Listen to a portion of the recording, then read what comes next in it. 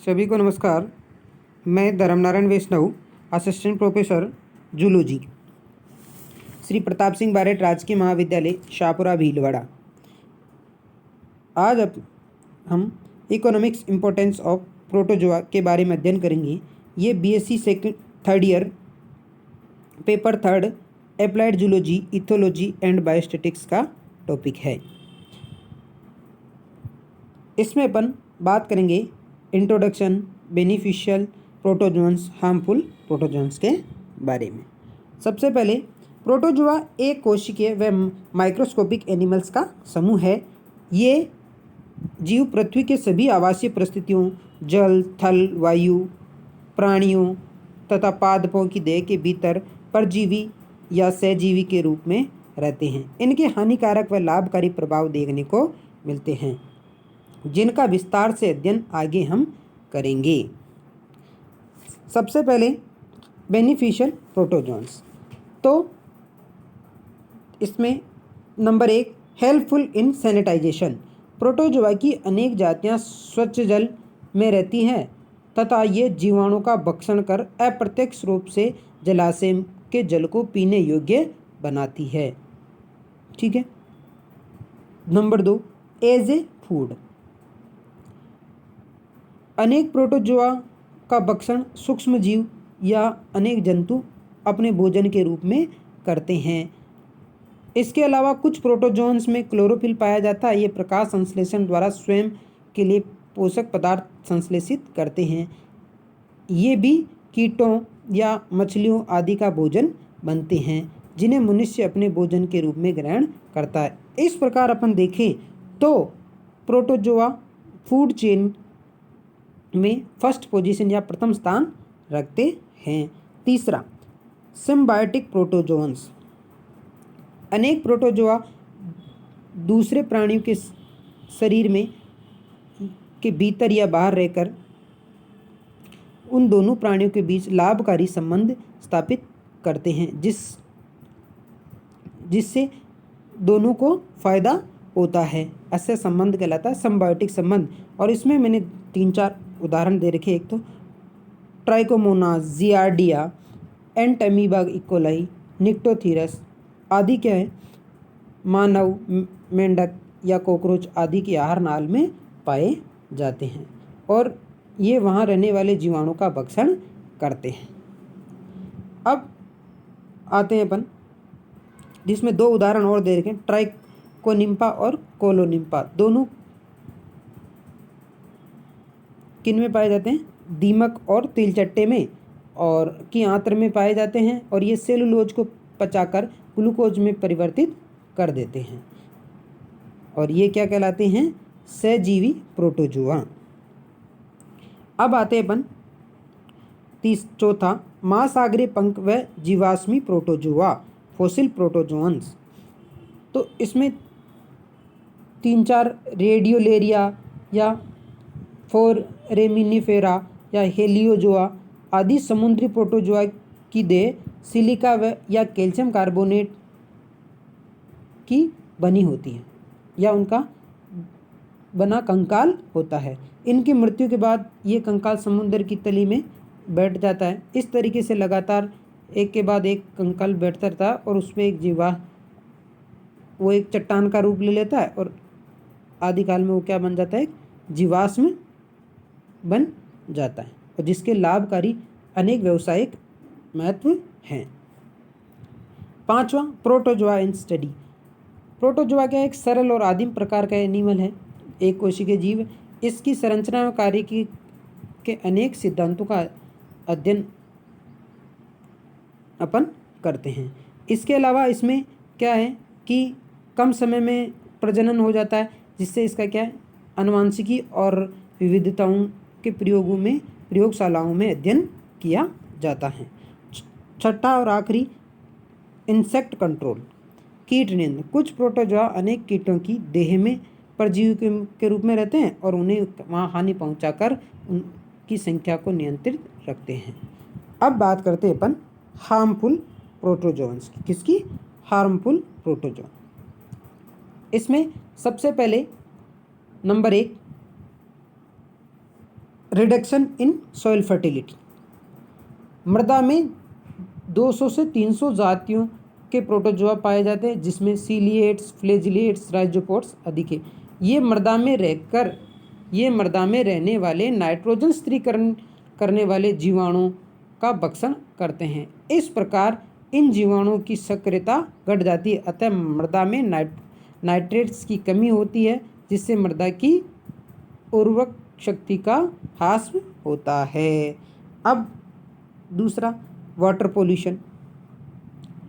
अनेक प्रोटोजोआ क्या कर पीने योग्य जल को दूषित कर देते हैं और ये वहाँ पाए जाते हैं।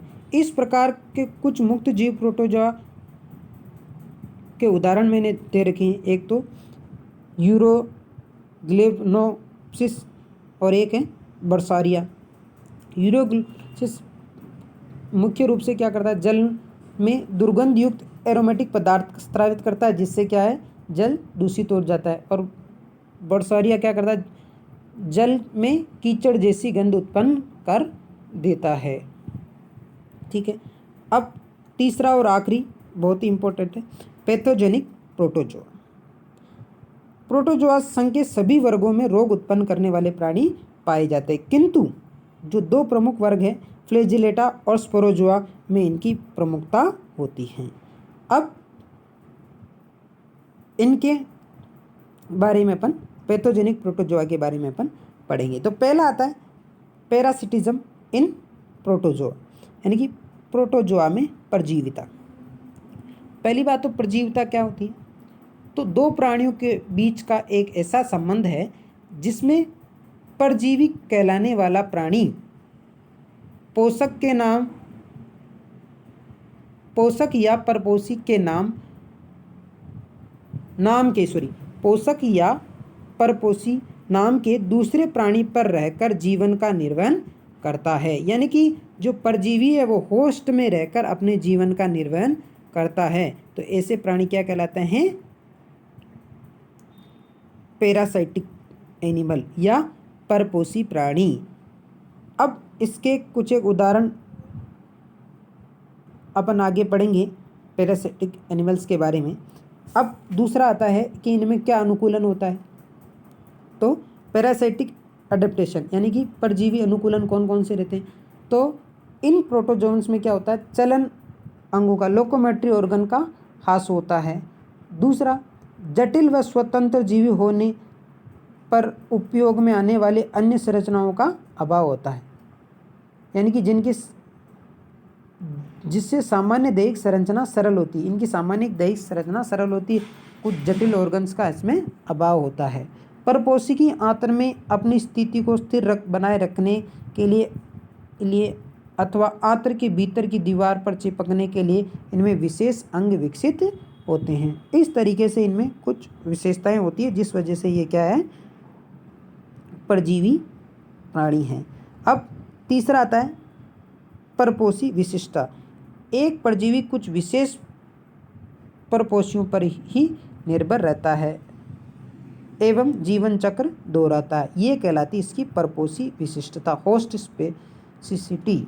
एक परपोषी या एक पैरासाइट कुछ विशेष परपोषियों पर ही निर्भर रहता है एवं अपना जीवन चक्र दोहराता है, यही क्या कहलाती है, परपोषी विशिष्टता। ठीक है। अब तीसरा आता है influence of parasite on host, यानी कि परपोषी पर परजीवी का प्रभाव। परपोषी के शरीर में पहुंचने के बाद परजीवी अपनी संपूर्ण जैविक क्रियाएं, भोजन, चलन, प्रजनन आदि स्वच्छंद रूप से परपोषी के कोष्ठ पर ही करता है, जिसके फलस्वरूप कुछ मुख्य प्रभाव उत्पन्न हो, जैसे परपोषी के उन उत्तकों का विनाश करता है जिनमें परजीवी रहता है। नंबर 2, लसिका ग्रंथियों, प्लाहिया जिसको अपन कहते हैं तिल्ली, तथा लीवर में पहुंचकर परजीवी इन अंगों को प्रभावित करते हैं, अतः इन अंगों में अनावश्यक वृद्धि और विकार उत्पन्न हो जाते हैं। तीसरा, परजीवी कुछ टॉक्सिन भी स्रावित करते हैं, जिसके कारण पोषक की शारीरिक क्रियाओं में अव्यवस्था उत्पन्न होती है और परपोषी रोगी हो जाता है। अब पांचवा और अंतिम, संक्रमण एवं रोगों की व्यापकता, infection and universality of disease. परजीवी का एक परपोषी में से दूसरे में पहुंचने की क्रिया को संक्रमण कहते हैं।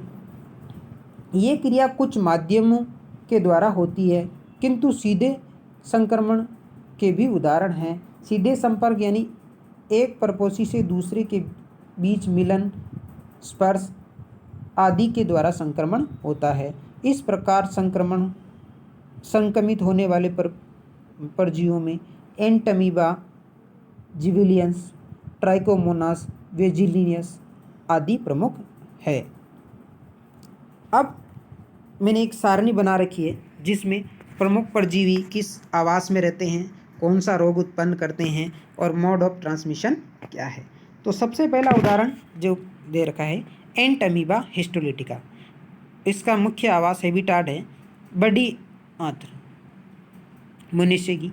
रोग कौन सा उत्पन्न करता है, पेचिस, अमीबिए पेचिस। और मोड ऑफ ट्रांसमिशन है सीधे मुख द्वारा या भोजन या पेय पदार्थों के साथ। दूसरा है एंट अमीबा जिजीवेलियस।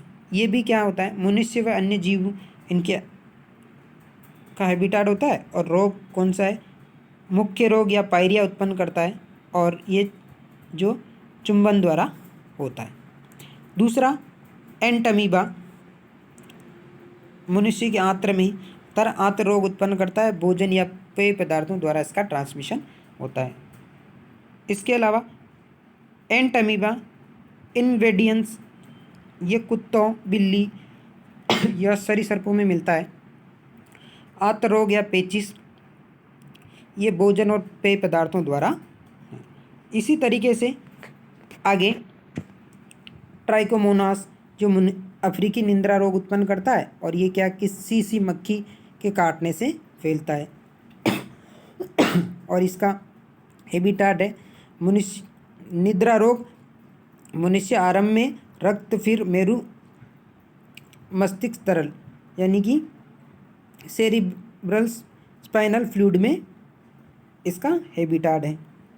इसी तरीके से ट्राइकोमोनास रोडेशियस निद्रा रोग मनुष्य वही सेम हैबिटाट और अफ्रीकी निद्रा, और ये भी किससे होता है, सीसी मक्खी के काटने से होता है। एक है ट्रिप्नोमोनास क्रूजाई, ये रक्त और लसिका ग्रंथियों में इसका हैबिटाट है और ये क्या है, चगास फीवर उत्पन्न करता है और इसको क्या है, बग के काटने से ये फैलता है।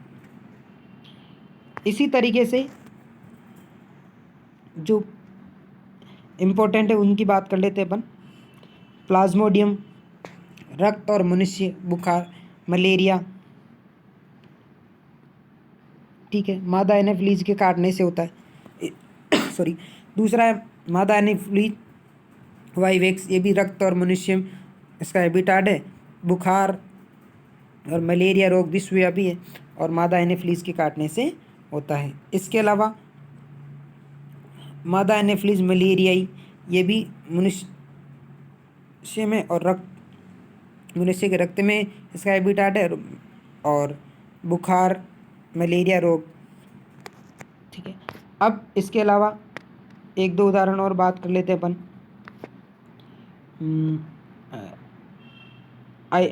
आइसोपोरा हेमिनियस आंत्र इसका है और श्लेष्मा कलाओं में रोग उत्पन्न होता है और ट्रांसमिशन है पुट्टी के जल या भोजन के साथ ग्रहण करने से।